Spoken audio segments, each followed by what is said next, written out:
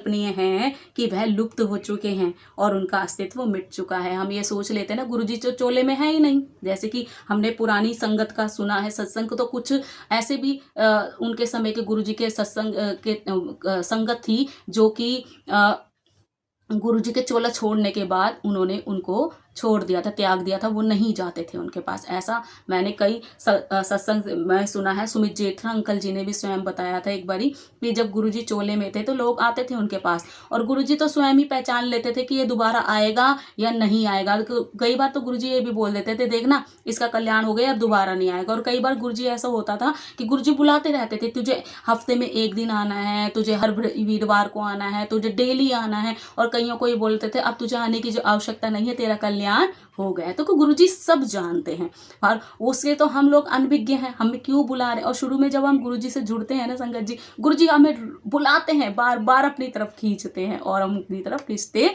चले जाते हैं। तो ये कभी मत सोचिए कि गुरुजी चोले में नहीं है तो आपकी उनसे भेंट नहीं होगी। जब आप उनके साथ कनेक्ट हो जाएंगे ना तो आपको हर जगह गुरुजी ही गुरुजी दिखाई देंगे। उनकी फ्रेगनेंस आएगी, बटरफ्लाई के रूप में दिखाई देंगे आपको। और यहाँ तक कि स्वरूप में आप ध्यान से देखेंगे तो आपको वहाँ भी दर्शन हो जाएंगे।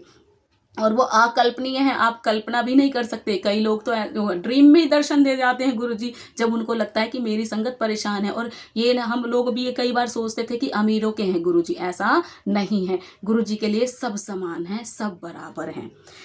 अभी तो उनके दर्शन अनेक बार होंगे, कई बार उनसे पुनर्मिलन के अवसर आएंगे। गुरुजी अपने प्रिय शिष्यों को कहे गए वचन सदा निभाते रहेंगे। गुरुजी ने जो वचन कहे थे वो हमेशा